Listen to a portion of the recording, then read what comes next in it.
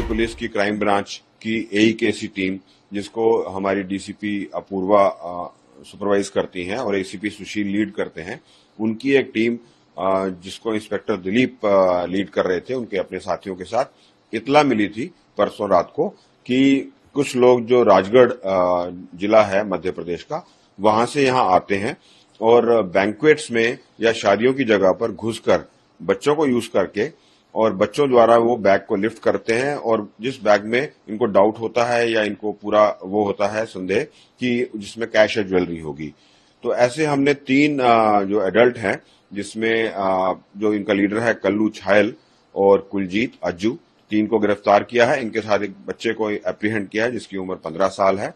इन चारों को हमने जब सर्च किया तो इनके पास से 2,14,000 जो है वो नकदी कैश बरामद हुआ है और कुछ ज्वेलरी बरामद हुई है।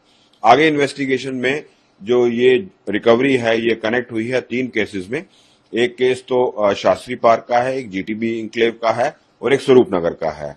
आगे पूछताछ में इन्होंने बताया कि ये राजगढ़ जिला मध्य प्रदेश वहां के एक गांव से हैं और वहां पर अपने पड़ोसियों से या अपने गांव वालों से बात करके उनके बच्चे को ये हायर करते हैं, 10 से 12 लाख रुपए सालाना देते हैं, बच्चों को यहां लाकर ट्रेन करते हैं, उनको सिखाते हैं, उनका ख्याल भी रखते हैं और फिर बच्चों के साथ कल्लू छायल मोस्टली शादी की जगह पर जहां बैंक्वेट हॉल है या कोई ऐसा एरिया है जहां फंक्शन चल रहा है वहां घुसते हैं। वहां पे अपना अपीयरेंस, चूंकि ये बच्चा साथ होता है और खुद सूटेड बूटेड होते हैं, तो इनको एज ए गेस्ट लिया जाता है। ये होस्ट से बातचीत करते हैं, गेस्ट से बातचीत करते हैं, घुल मिल जाते हैं, खाना खाते हैं और बहुत कॉन्फिडेंटली मूव अराउंड करते हैं। फिर एक बैग को आइडेंटिफाई करते हैं जिसमें इनको शक होता है कि उसमें कैश और ज्वेलरी होगी।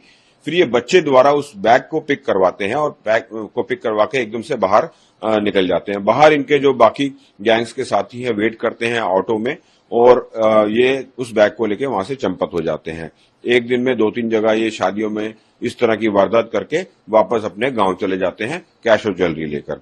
तो इस तरह एक बड़ा जो क्रिमिनल एक्टिविटी का गैंग था, जो जिसको हमने बैंड बाजा बारात गैंग का नाम दिया है, ये हमने बस्ट किया है और इनसे 2,14,000 कैश और बाकी ज्वेलरी बरामद हुई है। केसेस वर्कआउट हुए हैं। आगे की इन्वेस्टिगेशन जारी है। हमें उम्मीद है इसमें आगे भी गिरफ्तारियां होंगी, इनके और भी साथी पकड़े जाएंगे और ये एक हम लोगों से अपील भी करते हैं कि शादी की जगह पर थोड़ा सा अलर्ट रहें और अननोन जो व्यक्ति हैं उन पर नजर रखें। तो बच्चों को ढाल बनाने का क्या मकसद था, क्यों ऐसा करते थे? बच्चों को साथ लेकर ट्रेनिंग देकर बच्चों द्वारा बैग पिक करवाना, इनका 2 कारण थे। एक तो इनका जो अपीयरेंस होता था उस एरिया में, उस पर किसी को शक नहीं होता था कि एक फैमिली की तरह लगता था, एक सूटेड बूटेड आदमी है, एक बच्चा साथ में है, तो सभी लोग यही मानते थे कि ये गेस्ट लिस्ट का हिस्सा होंगे या होस्ट की तरफ से होंगे। तो एक इनका उस अपीयरेंस से ही उस एरिया में, उस एरिना में, उस जगह पर घुल मिल जाते थे और बगैर किसी को शक हुए।